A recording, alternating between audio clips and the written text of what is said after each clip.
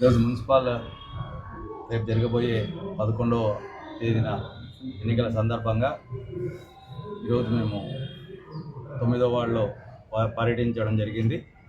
మరి ముఖ్యంగా ఈరోజు గతంలో మున్సిపాలిటీ అభివృద్ధి చూపిస్తూ పట్టణంలో రోడ్లు కానీ, డ్రైనేజీలు కానీ, లైట్లు కానీ, తర్వాత ఏదైతే చెత్త సేకరణ కొరకు ఆటోలు కానీ, ఎవరైనా చనిపోతే వైకుంఠ రథం కానీ, ఇవన్నీ కూడా ప్రజల్లో ఈ గతంలో మున్సిపాలిటీ అయిన తర్వాత ఏర్పడిన తర్వాత మున్సిపల్ చైర్మన్ శ్రీమతి సుకేష్ని గారు ఏదైతే అభివృద్ధి చేయడం జరిగిందో ఆ అభివృద్ధి పనులను ప్రజలకు వివరించుకుంటూ మరి పెద్ద ఎత్తున కేసీఆర్ గారి నాయకత్వంలో, శ్రీ ఆల వెంకటేశ్వర రెడ్డి గారి నాయకత్వంలో కొత్తకోట పట్టణం ఏ విధంగా అభివృద్ధి జరిగింది, ఏ విధంగా అభివృద్ధి కార్యక్రమాలు జరిగినాయో ప్రజలకు వివరించుకుంటూ మరి కాంగ్రెస్ ఇచ్చిన హామీలను ఈరోజు తుంగలో తొక్కినారనే విషయాన్ని కూడా తెలియజేసుకుంటూ ప్రజల్లో మంచి స్పందన రావడం జరిగింది. ఈరోజు వాళ్ళు ఇచ్చిన హామీలు కూడా మరి చాలామంది వృద్ధులు అయ్యా మాకు 2000 పెన్షన్ కేసీఆర్ పెన్షనే వస్తుంది తప్ప కాంగ్రెస్ వాళ్ళు చెప్పిన 4000 పెన్షన్ రావడం లేదు, ఆడవాళ్ళకి ఇస్తామన్న తులం బంగారు కూడా ఇవ్వడం లేదు, 2000 ప్రతి మహిళకు 2500 ఇస్తామన్న డబ్బులు ఇవ్వడం లేదు. మరి వాళ్ళు అదేవిధంగా రైతు బంధు 15000 ఇస్తామన్న హామీని కూడా నిలబెట్టుకోలేదు. తర్వాత ఇప్పటివరకు కూడా మొత్తంలో మరి రైతు బంధు 15000 ఇస్తామని చెప్పి ఆ 12000 కూడా సరిగ్గా వేయడం లేదనే విషయాన్ని కూడా చాలామంది రైతులు కూడా చెప్పడం జరుగుతూ ఉంది. మరి కొత్తకోట పట్టణ అభివృద్ధి చూసి తప్పనిసరిగా ఇక్కడ ప్రజలు మరి టీఆర్ఎస్కు వేయాలని ఒక ఆలోచనకు రావడం జరిగింది.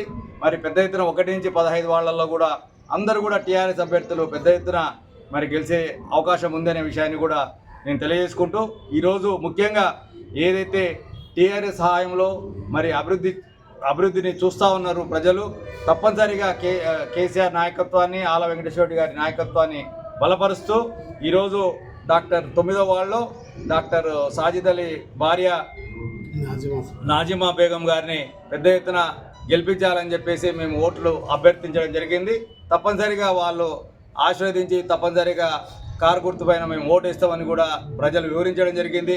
ఒక వృద్ధుడు ఈరోజు నాగన్న గౌడ్ అని చెప్పి దగ్గర 90 ఏళ్ళు ఈరోజు ఒక పట్టుదలతో ఈరోజు కాంగ్రెస్ చేసిన వైఫల్యాలను చూసి నేను టీఆర్ఎస్ పార్టీ బట్టి తిరుగుతున్నా అని చెప్పి ఆ పెద్ద మనిషి నాగన్న గౌడ్ కూడా మాతో పాటు ఉదయం నుంచి అంత పెద్ద 90 ఏళ్ళ పైబడిన వ్యక్తి కూడా ఈరోజు మాతో పాటు తిరుగుతున్నాడంటే ఒక్కటే అదే నిదర్శనం కేసీఆర్ గారి నాయకత్వాన్ని ఆయన బలపరుస్తున్నాడనే విషయాన్ని ప్రజలు గమనిస్తూ ఉన్నారు. కాబట్టి తప్పనిసరిగా రేపు జరగబోయే ఎన్నికల్లో టీఆర్ఎస్ పార్టీకి పట్టం కడతారు ప్రజలు.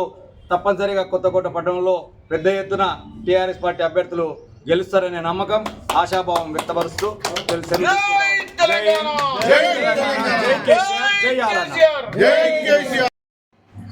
అందరికీ నమస్కారం. ఇప్పుడు జరుగుతున్నటువంటి మున్సిపల్ ఎన్నికలలో కొత్తకోటలో 15 వార్డులు ఉన్నాయి. మరి అందులో భాగంగా ప్రచారంలో భాగంగా అన్ని వార్డులలో మా యొక్క బీఆర్ఎస్ పార్టీ అభ్యర్థులు దూసుకెళ్తున్నారు. గతంలో కొత్తగా ఏర్పడినటువంటి మున్సిపాలిటీల్లో మన కొత్తకోట కూడా ఒకటి. గతంలో కూడా బీఆర్ఎస్ పార్టీ కైవసం చేసినటువంటి కొత్తకోట. మరి ఇప్పుడు కూడా అదే తరహాలో మరి కొత్తకోటలో కూడా ఇప్పుడు మళ్ళీ బీఆర్ఎస్ పార్టీ కైవసం చేసుకోవడానికి 100% అవకాశాలు కనిపిస్తున్నాయి.